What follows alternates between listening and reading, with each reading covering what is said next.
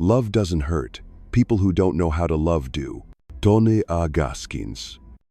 Have you ever been in a relationship where you couldn't understand why you were always the one suffering, always the one chasing, always the one feeling not enough? You text first. You initiate the conversation, apologize, bend yourself backwards. And them, they pull away. They go silent. They need space. But you stay because you think, if I just try a little harder, they'll change. No, they won't. Because here's the painful truth. They don't need to. You've been teaching them that they can hurt you, and you'll still stay. Avoidants aren't evil. They're just wounded children afraid of their own emotions. But if you keep blaming them without looking at yourself, you'll keep living in emotional invisibility. One-sided attachment is not your fate. It's the result of forgetting your own worth. And here's the irony. The moment you stop chasing, stop trying to get them to open up, is the moment the entire dynamic flips. There's a painful truth in relationships with avoidantly attached individuals. You're not just in love with a person, you're in love with the space between you. And the more you try to close that space, the more distant they seem to become. People with avoidant attachment often grow up in environments where emotions were dismissed, ignored, or even punished. They learn to disconnect from their emotional needs as a survival strategy. As adults, they don't feel safe with intimacy, not because they don't want love, but because they fear losing control when emotions get too close. According to Mikulincer and Shaver, 2007, avoidantly attached individuals send highly mixed signals. They can be warm and affectionate one moment, then cold, silent, or confused the next. This isn't a calculated mind game, it's a defense mechanism. When they sense a relationship getting too close, they withdraw to restore their internal sense of safety. And if you have anxious attachment tendencies, their withdrawal is unbearable. It activates your fear of abandonment. You try to fix things, reconcile, even blame yourself. But the tragic irony is, the more you try, the more they pull away. The more you love, the more they fear. The more you hold on, the more they want to let go. The more you're willing to give, the more they retreat.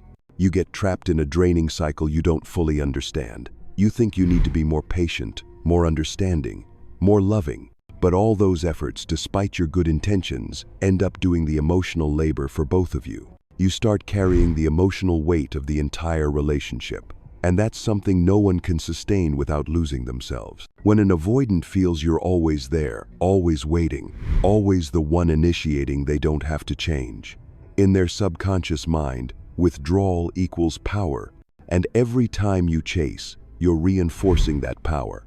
This is where imbalance solidifies into a system. They create distance to feel in control. You erase distance to keep the connection. They go silent to feel safe. You talk more to fill the silence. The truth is, they don't hate you, but they fear becoming dependent on you. They fear attachment itself. And you, with all your love and effort, become a threat to the very defense system they've built since childhood. Here's where it gets heartbreaking. The kinder you are, the more pressure they feel. The more consistent you are, the more trapped they feel. Eventually, they label you as too much, too sensitive, too needy. You begin to question yourself. You ask, am I being unreasonable? You think, maybe I'm loving the wrong way. And then you start shrinking yourself to fit their avoidance. But no one should have to shrink to be loved. We often believe that to be loved, we just need to try harder. But with avoidantly attached people, the harder you try, the more they pull away. At the end of the previous section, we uncovered a bitter truth. Avoidants don't feel the need to change when they know you're doing all the emotional heavy lifting. So the real question becomes, how do you break that pattern without losing yourself in the process? This isn't about manipulation, it's about awareness. It's about shifting roles, from the one who constantly reacts to the one who consciously redefines how you allow yourself to be loved. And the very first step, the one that terrifies avoidance the most, is this. You become the one who leaves first. Avoidant individuals feel secure when they hold the power to leave. They maintain control by being the one to withdraw, to create distance, to disconnect. So when you're the one who closes the door first calmly, decisively, without drama, you don't just flip the dynamic. You send a clear message. I will not stay in a relationship that doesn't nourish me. But here's the key, this isn't about making them chase you. It's not about reversing roles. It's about honoring yourself, knowing this relationship no longer meets your emotional needs. Leaving first isn't fueled by anger. You don't need long-winded explanations. It's a quiet, grounded action that carries immense weight.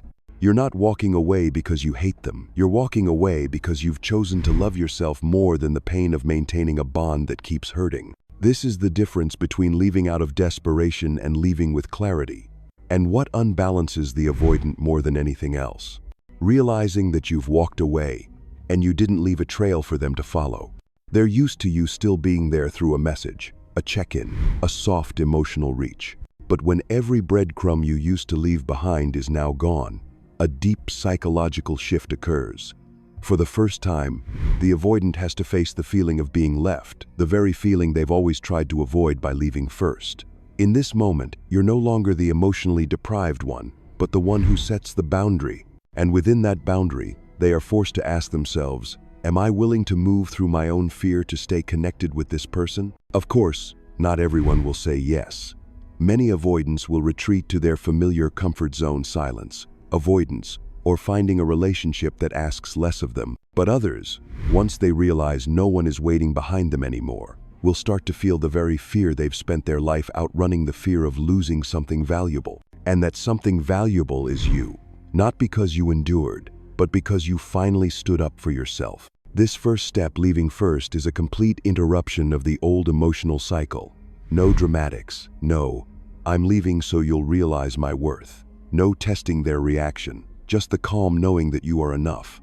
Emotionally full, self-respecting, and brave enough to stop exchanging your identity just to maintain a shallow connection. The key question here isn't, will they come back? It's, do I still need them to come back to feel worthy?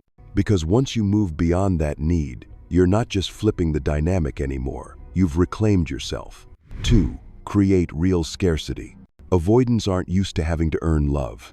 They've often been on the receiving end of unconditional attention without consistent investment, without being emotionally present, and sometimes without any accountability. And because you were always there, available, patient, waiting, they subconsciously learned that your presence was guaranteed. To break this pattern, you don't need to pretend to be distant. You need to start living a life that's genuinely full. When you no longer give all your time, energy, and emotional attention to reacting to their behavior, you begin sending a different signal. I have a life that's bigger than you. This isn't about being fake busy or playing hard to get. It's about genuinely returning to your life, investing in your career, exploring your passions, nurturing healthy friendships, opening up to new experiences, building a life that fills you from the inside out, a life where you are no longer waiting to be filled by someone else. At this point, the scarcity you create isn't from lack but from abundance. You become more valuable not because you're distant, but because you're no longer handing out your emotional energy for free. And when the avoidant realizes your attention is no longer guaranteed, they pause. Something inside them shifts. Their feelings, once hidden behind silence and detachment, begin to stir. They're no longer sure you'll always be there. They start to want your attention, something they once took lightly. They begin to feel uneasy, knowing you have other options, other connections, and weekends that no longer revolve around them. But most importantly, you're not doing this to control them. You're doing it because you've returned to your center. That's the fundamental difference. You're not creating scarcity to make them chase you. You're creating it because you're no longer willing to live in a dynamic where your emotions are devalued. And when you shift your position in the relationship from the always available one to someone who chooses with intention, the avoidant is forced to decide. Will they continue to pull away, or will they finally learn to invest? San, show them you have better options. Avoidants live by an unspoken assumption they rarely say out loud: you'll always be there. They believe that no matter how distant, silent, or emotionally unavailable they are, you'll wait. They don't feel the urgency to choose you, because in their mind, you're always the safe option, always ready to take them back if they need you. And then one day, that changes. They see someone else valuing you. They see you being sought after, cared for, listened to, and not by them. In that moment, a psychological door shuts inside them. No more certainty, no more privilege, no more guarantee that they can return anytime and find you exactly where they left you. But let's be clear, You're not trying to make them jealous. You're not playing reaction games. You've genuinely begun to open yourself up to healthier connections. You step out of the push-pull cycle, away from a world where love must be earned from someone reluctant to give it. And instead, you begin to ask yourself, who is ready for something consistent and emotionally safe? Who listens without disappearing? Who shows up not out of need, but because they choose to be there with you? When you allow yourself to experience better options, whether it's a new romantic interest, a more emotionally attuned circle of friends, or simply the peace that doesn't come from the avoidant, you are teaching your nervous system something new. I don't need to chase someone who's not ready. And the avoidant, even if they never say it aloud, feels this shift. They're no longer the only one. They begin to feel threatened not because you're trying to hurt them, but because for the first time, they're no longer sure they're still your choice. That touches the deepest layer of their attachment system, the fear of being replaced. They've grown accustomed to withdrawing without consequences. But now, distance no longer feels safe. It feels like it could cost them you, permanently. And this isn't revenge, it's a decision. You're choosing not to wait anymore. You're choosing yourself. And that quiet, grounded choice, clear and unapologetic, is often the most awakening force for an avoidant to encounter. 4. True emotional indifference. There's a huge difference between pretending to be indifferent to test someone and genuinely no longer caring. Many people try to test the avoidant by not texting first, delaying their replies, or acting distant. But deep down, they're still hoping the avoidant will notice, come back, and finally change. That's not power. That's still waiting, just disguised as a tactic. True indifference isn't performance. It's when you stop expecting them to understand, to change, or to behave differently. It's when you're no longer trying to teach them something through your silence. You've simply let go quietly and maturely. They ghost you today, you go grab coffee with a friend. Tomorrow they come back with a, "Hey, how are you?"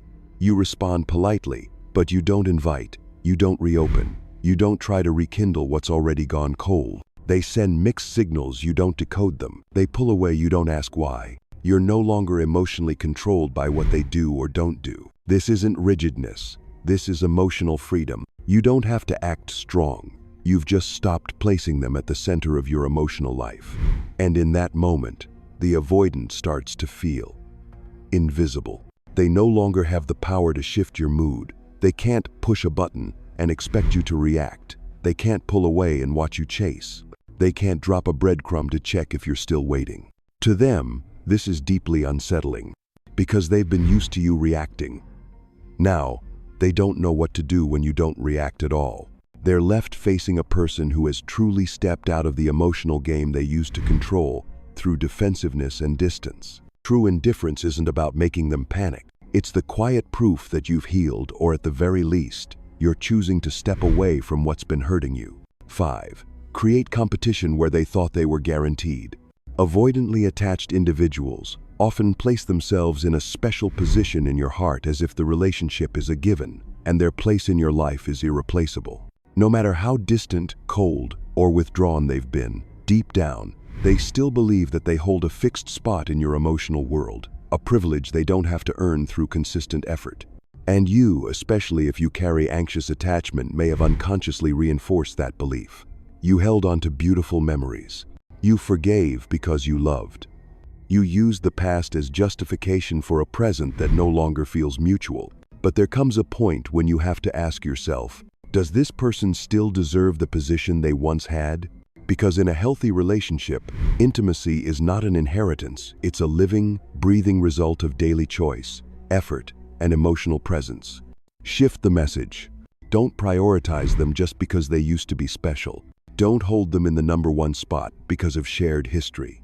Evaluate them based on their current behavior, not your nostalgia. If they're no longer investing in the connection, you don't have to hold their place. If they're no longer actively showing up, you don't have to sacrifice your time, energy, or presence to keep them in your inner circle. In this moment, you're reviving a long-lost emotional truth. Relationships must be held with both hands, not just preserved in memory. And when the avoidant senses that their position is no longer guaranteed, they're forced out of their comfort zone. They begin to see that other people are doing what they've stopped doing, reaching out, showing up, valuing you in the now, not just relying on the past. This doesn't make them the loser, unless they choose not to change. And if they don't rise to meet the moment, now you know. You didn't lose someone who loved you, you simply stopped prioritizing someone who stopped investing in you.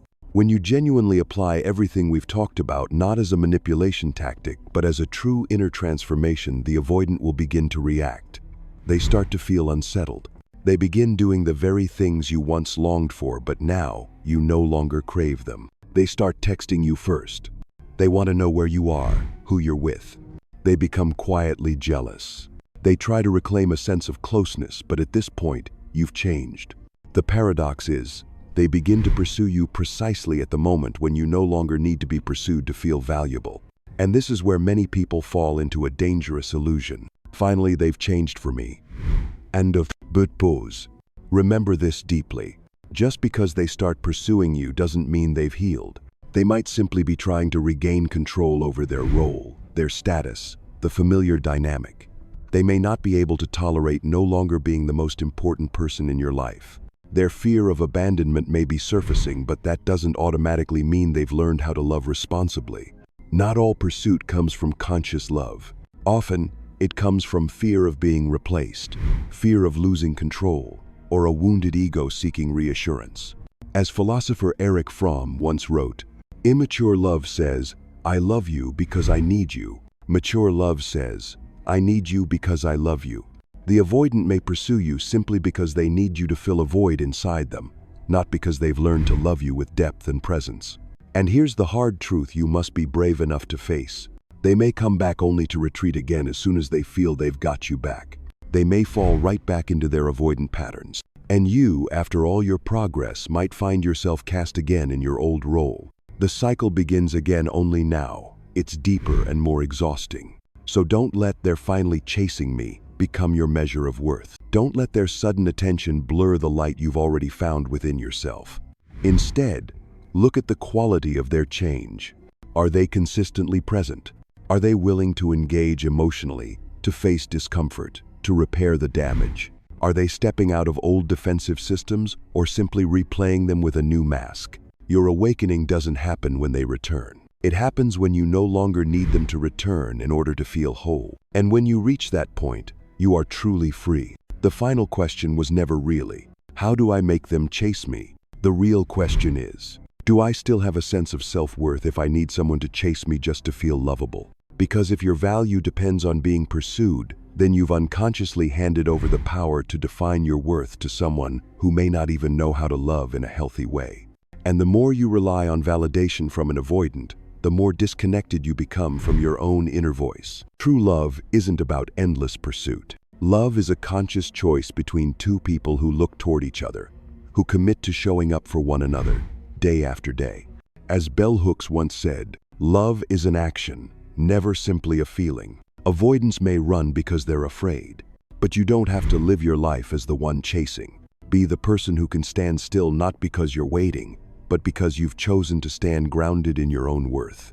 You don't need to be less needy. You don't have to fake strength. You just need to remember, your presence already enough, your love already worthy. You don't need to be chased to be deserving.